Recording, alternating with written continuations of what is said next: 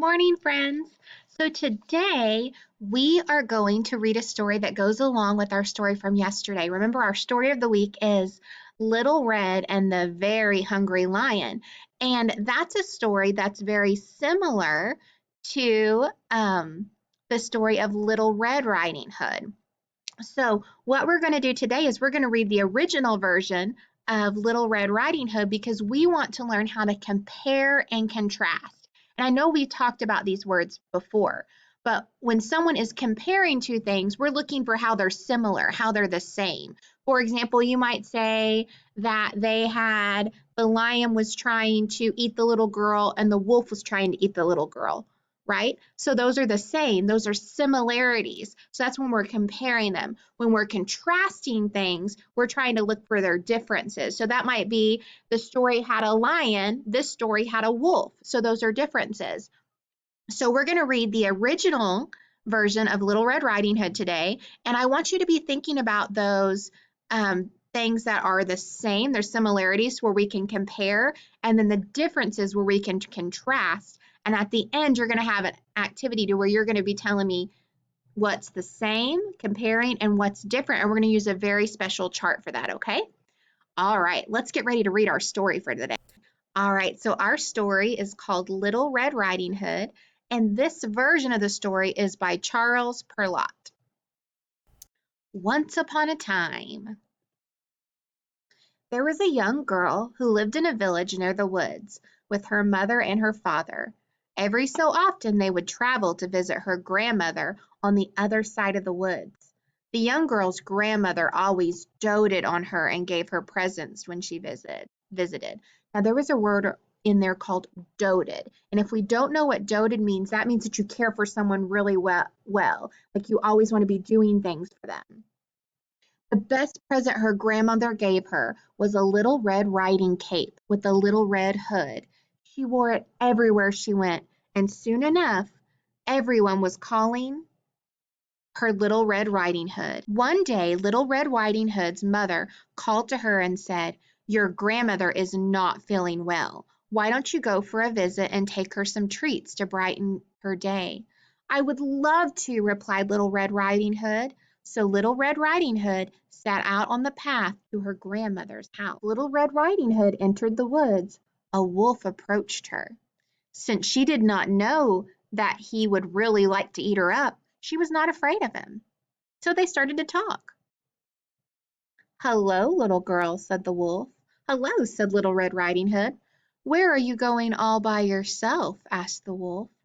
"Oh, I am heading to grandmother's house. I am going to take her some treats." "That is so very kind of you," said the wolf. "Pray tell me, where does your grandmother live?" When they say pray tell me, it's like saying please tell me. "She lives in the first cottage along the path, just beyond the river," Little Red Riding Hood told the wolf. "You know what your grandmother would love?" the wolf asked, as he was concocting a plan. That means thinking of a plan. "You should pick some wild flowers to make her a bouquet." "What a splendid idea," replied Little Red Riding Hood. And so she began wandering through the woods, looking for the prettiest flowers she could find. That was exactly what the wolf wanted. Now he could get a head start and arrive at grandmother's house first. When the wolf arrived at grandmother's house, he knocked on the door.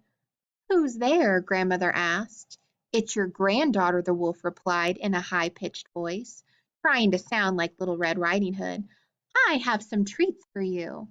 "Oh, how nice," grandmother said. "Pull the latch, my dear, and come in." The wolf burst into the room and tried to grab grandmother, but she was surprisingly quick on her feet and managed to get away. She immediately ran off to get help. "Oh well," thought the wolf, "I can still wait for the little girl." He looked around for one of Grandma's nightgowns and he concocted another plan. So remember, he was thinking of another plan. A short while later, Little Red Riding Hood came to the door. When he heard the knock, the wolf once again disguised his voice, this time to sound like grandmother. "Who is it?" "It's me, Little Red Riding Hood," she replied. "Pull the latch and come in, dear child," the wolf said. Little Red Riding Hood noticed It did not sound like her grandmother, but she thought perhaps her cold had changed her voice. So she went inside. She approached her grandmother's bed and noticed she did not look like herself either. "Grandmother, what big arms you have! All the better to hug you with," the wolf replied. "Grandmother, what big ears you have! All the better to hear you with. Grandmother, what big eyes you have! All the better to see you with." Very good. "Grandmother, what big teeth you have! All the better to eat you up with." And with that, the wolf jumped out of bed and chased after Little Red Riding Hood. Fortunately, just then Grandmother returned with some help from a woodcutter who was working nearby in the forest. The three of them chased the wolf out of the house, into the woods, and all the way to the river. The wolf was running so fast that he fell away in the river, and the water carried him far, far away, and they never saw him again. Little Red Riding Hood and her grandmother thanked the woodcutter and offered to share their treats. As they ate cake to celebrate, Little Red Riding Hood promised them she would never talk to a wolf ever again. The end.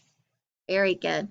All right, so we're going to go ahead and flip over to Seesaw, and I'm going to show you what we were going to do to compare and contrast Little Red and the Hungry Lion and Little Red Riding Hood. All right, guys, so this is what you're going to do in Seesaw. We have these two big circles, and I know that we've talked about this before. This is called a Venn diagram, and our Venn diagram helps us compare or talk about what's the same and contrast and talk about what's different, okay? So for the things that we're comparing are the same, it's where our circles overlap. So you can see Little Red Riding Hood and Little Red and the Hungry Lion overlap right here. So we're going to put the things that we're comparing in the middle. The things that we're contrasting that are different, we're going to put on the outside. So I'm going to go ahead and start this with you so that you can have an idea what you're going to do, and then you're going to add some more things to our Venn diagram.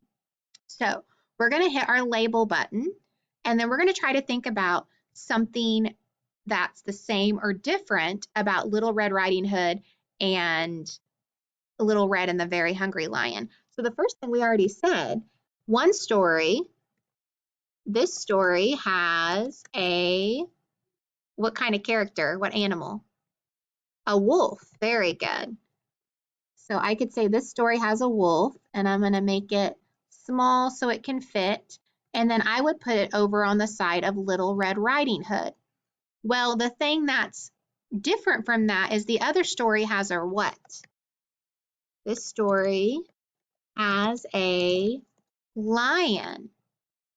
So I can move it whatever size I need to move it to, and I'm going to put it over on this side because we're contrasting. Those are things that are different. One story has a wolf, one story has a lion. What's something that's the same? They both have a little girl in them, don't they? So I can say they both have a little girl. And so then I would make it smaller. And since this is the same, I'm going to put it right in the middle because this circle, this story does, and the other circle overlap, and they both have that. Okay, let's try one more on each spot. Are you ready? What's something that's different or how we can contrast the two stories? What about the setting? We talked about the setting. Where's the setting for Little Red and the Very Hungry Lion? What happens in what? I could say the story happens in the jungle. Remember, it's in the jungles of Africa. So then I can move it down and I can move it over here. What's different in Little Red Riding Hood? The story happens what? The story happens in the forest, or you could say in the woods, either one. And so then I can just make it the shape I want and move it over on the opposite side because that's different. Okay, let's think of one more thing that's the same. What's the same in the stories?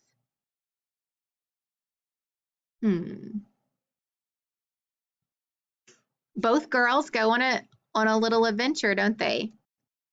Both girls walk someplace else, or you can say go on an adventure.